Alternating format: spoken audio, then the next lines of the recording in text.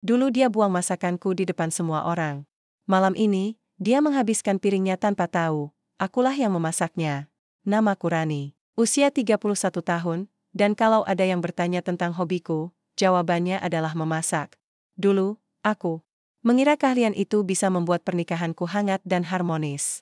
Nyatanya, justru di sanalah luka terbesarku bermula. Aku pernah menikah dengan Andi, laki-laki yang awalnya terlihat perhatian dan mendukung semua mimpiku. Tapi setelah menikah, dia berubah. Perlahan tapi pasti, setiap masakanku jadi bahan ejekan. Terlalu asin, terlalu hambar, nggak ada rasanya. Itu sudah seperti salam pagi dari mulutnya. Yang paling membekas adalah kejadian 2 tahun lalu. Saat itu aku menyiapkan hidangan untuk acara keluarga besar di rumah mertua. Aku memasak gulai ayam dengan resep turun-temurun dari almarhum nenekku. Di tengah suasana ramai, Andi mencicipinya, lalu dengan wajah meringis, ia berkata, "Ini apa? Kayak air rebusan ayam. Nggak pantas dihidangin." Dan sebelum aku sempat bicara, dia menuangkan setengah panci gulai itu ke tempat sampah. Semua orang tertawa, termasuk ibu mertuaku, Bu Ati, yang dari awal memang tak pernah suka padaku. Aku berdiri kaku, rasanya seluruh tubuhku gemetar. Malu, marah, dan hancur bercampur jadi satu.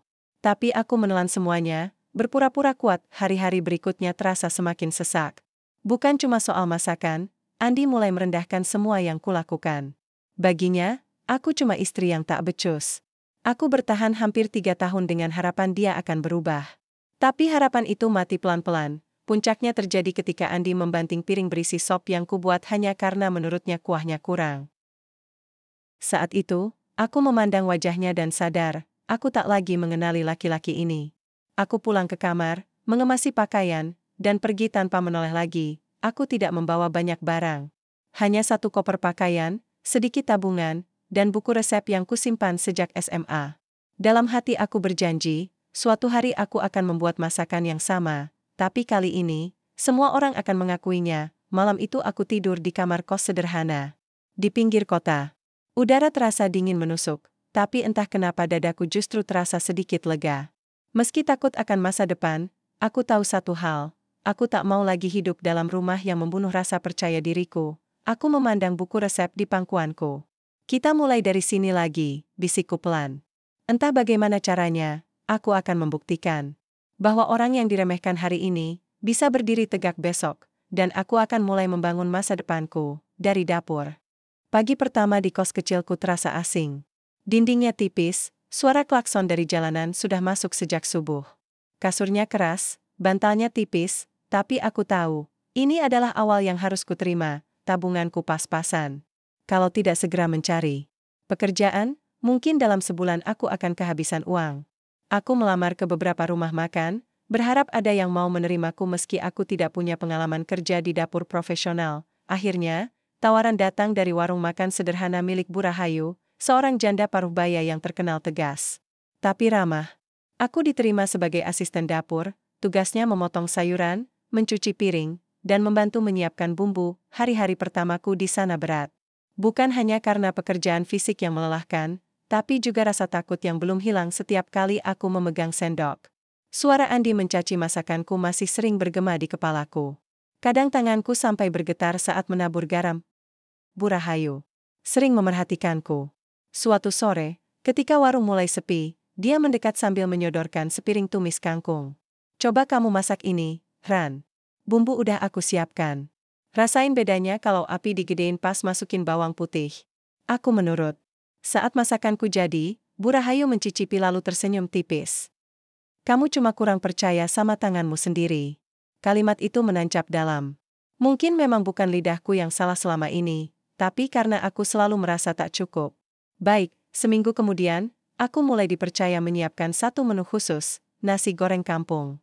Awalnya aku ragu, tapi saat beberapa pelanggan bilang rasanya enak, hatiku hangat.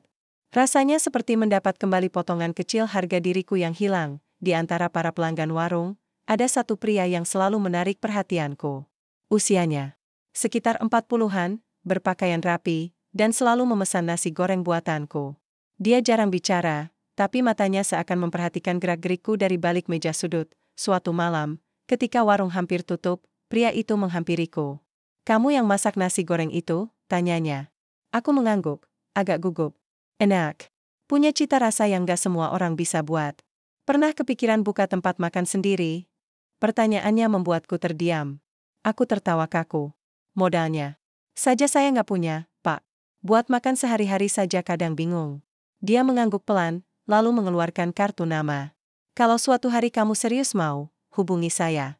Nama saya Bima. Aku menerima kartu itu dengan tangan gemetar. Nama dan nomor teleponnya tercetak rapi, tapi aku tak tahu apakah itu hanya basa-basi atau memang tawaran sungguhan. Malam itu, di kos, aku menatap kartu nama itu lama sekali.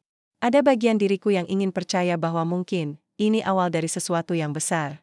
Tapi ada juga rasa takut, takut mencoba, takut gagal, takut suara Andi kembali menghantuiku. Namun di balik semua itu, ada satu bisikan kecil dalam hati.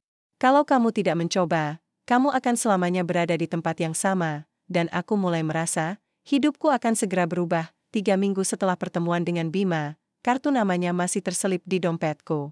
Rasa takut gagal selalu lebih besar dari rasa ingin mencoba.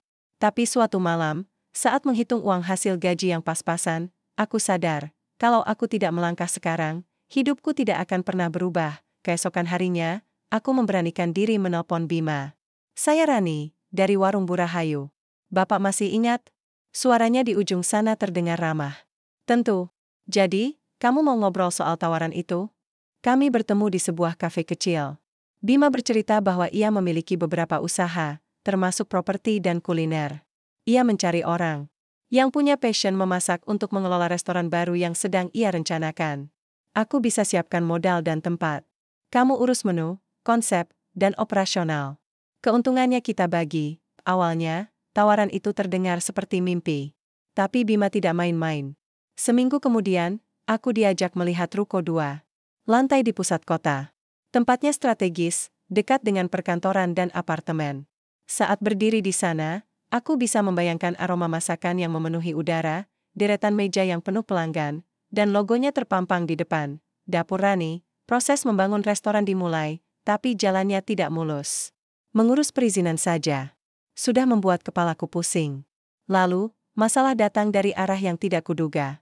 Saat pengajuan izin hampir selesai, tiba-tiba ada penundaan karena dokumen kurang lengkap, padahal semua sudah sesuai persyaratan. Bima curiga ada pihak yang sengaja menghambat.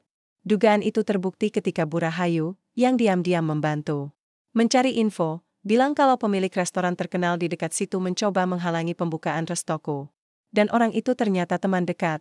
Andi, mendengar namanya membuat dadaku panas. Jadi bahkan setelah bercerai, dia masih ingin menginjakku? Entah karena dendam atau sekadar ego, aku tak peduli. Yang jelas, aku tidak akan mundur. Aku mulai bekerja lebih keras. Setiap hari aku datang ke ruko untuk mengawasi renovasi, memikirkan menu, dan mencoba resep baru. Aku ingin semua hidangan punya ciri khas. Gulai ayam nenekku, yang dulu dihina dan dibuang Andi, akan menjadi menu andalan, bulan demi bulan berlalu. Aku belajar mengelola stok, menghitung biaya, dan melatih staf dapur. Ada hari-hari ketika aku pulang dengan tubuh lunglai, tangan pegal, dan pikiran penuh kekhawatiran. Tapi setiap kali aku hampir menyerah, aku ingat tatapan merendahkan Andi waktu itu. Dan itu cukup untuk membuatku berdiri lagi. Akhirnya, di awal bulan ke-7 sejak pertemuan dengan Bima, dapur Rani resmi dibuka.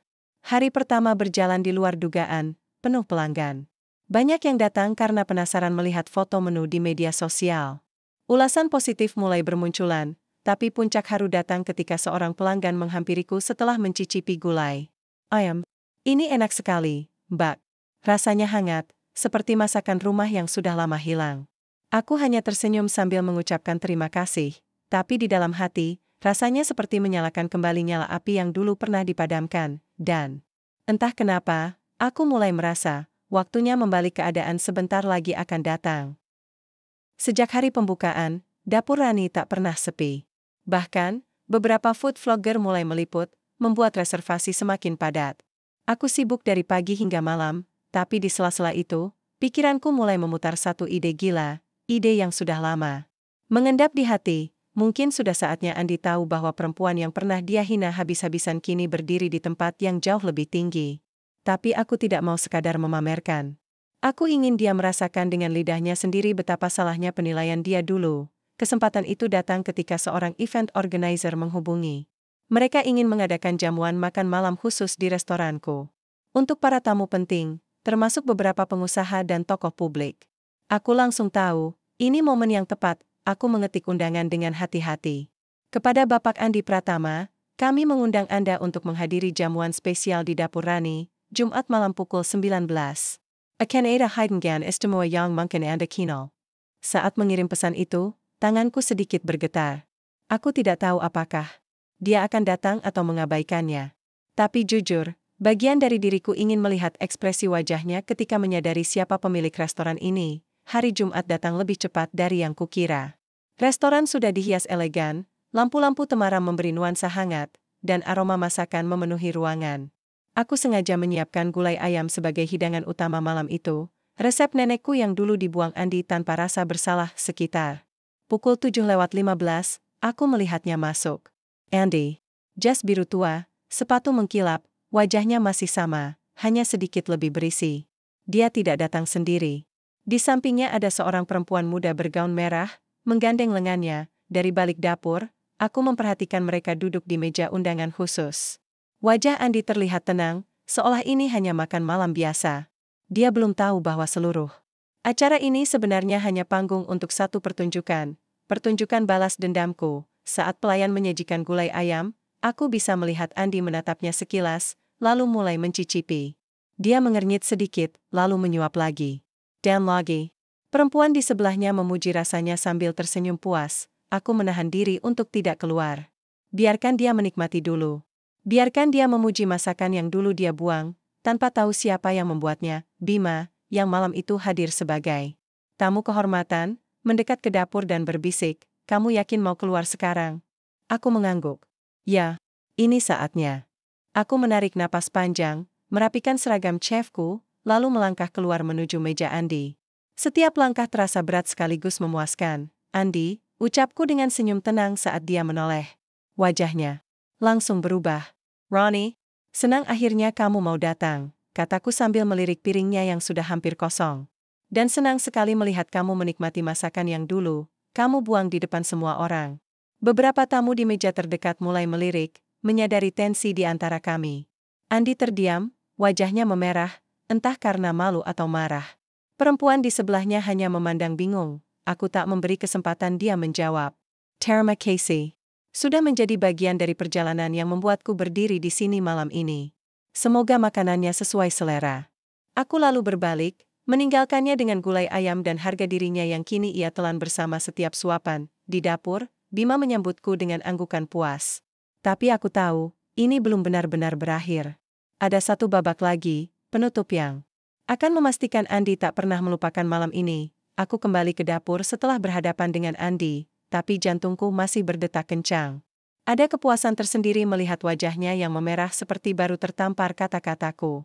Tapi aku tahu, itu baru awal jamuan malam itu belum selesai. Masih ada satu sesi, penyampaian cerita di balik menu andalan. Io meminta aku naik ke panggung kecil di tengah restoran untuk berbagi kisah tentang masakan yang disajikan malam ini. Aku sempat ragu, tapi kemudian tersadar, inilah kesempatan emas untuk menyampaikan semuanya, tanpa harus menyebut nama, namun cukup membuat satu orang di ruangan ini terbakar malu. Aku melangkah ke panggung, tersenyum pada para tamu, lalu mulai bercerita. Gulai ayam yang Bapak dan Ibu nikmati malam ini punya sejarah panjang bagi saya. Resep ini diwariskan dari nenek saya. Dulu, saya pernah menyajikannya di sebuah acara keluarga. Tapi, bukannya mendapat pujian, masakan ini justru dibuang begitu saja di depan tamu. Beberapa orang mulai menatapku penuh perhatian. Dari sudut mata, aku melihat Andi kaku di kursinya. Saat itu, saya merasa hancur. Saya pikir mungkin benar saya tak berbakat. Tapi kemudian saya belajar bahwa kadang, orang yang menilai kita buruk hanyalah cermin dari ketakutan atau kesombongan mereka sendiri. Jadi saya memilih bangkit, belajar lagi, dan membuktikan pada diri sendiri bahwa masakan ini layak disajikan di meja siapapun, bahkan di meja yang dulu menolaknya. Beberapa tamu bertepuk tangan. Aku menatap ke arah Andi sekilas, cukup lama, untuk membuatnya gelisah, lalu kembali tersenyum pada semua orang. Hari ini, saya berdiri di sini bukan hanya sebagai seorang koki, tapi sebagai seseorang yang percaya bahwa luka lama bisa diubah menjadi rasa yang manis, jika kita mau mengolahnya dengan tepat. Sorak dan tepuk tangan memenuhi ruangan. Aku membungkuk kecil lalu turun dari panggung. Saat lewat di dekat meja Andi, aku mendengar perempuan yang bersamanya berbisik pelan, "Kamu yang dia maksud?" Andi hanya menghela napas, menatap piringnya yang sudah kosong. Setelah acara selesai, banyak tamu yang datang menyalamiku, memuji rasanya, bahkan ada yang menawarkan kerjasama. Tapi sorotan mataku sesekali kembali ke meja itu, tempat Andi duduk, kini dengan wajah tertutup setengah tangan, seperti tak betah berlama-lama di sana. Sebelum ia pergi, aku menghampirinya sekali lagi. "Terima kasih sudah datang malam ini, Andy." "Oh ya, gulai ayam itu sekarang jadi menu paling laris di sini." Dia menatapku, seolah ingin membalas, tapi hanya tersenyum hambar. Lalu, tanpa sepatah kata pun, dia dan pasangannya pergi. Begitu pintu restoran menutup di belakangnya, aku merasa lega. Bukan karena berhasil mempermalukannya, tapi karena akhirnya aku melihatnya apa adanya, seorang pria biasa yang tak lagi punya kuasa atas diriku. Malam itu, setelah semua tamu pulang dan lampu restoran mulai diredupkan, aku berdiri di dapur memandang panci gulai yang tinggal setengah. Aroma rempah memenuhi udara. Aku tersenyum, balas dendam ini bukan tentang menjatuhkan dia. Ini tentang mengangkat diriku sendiri.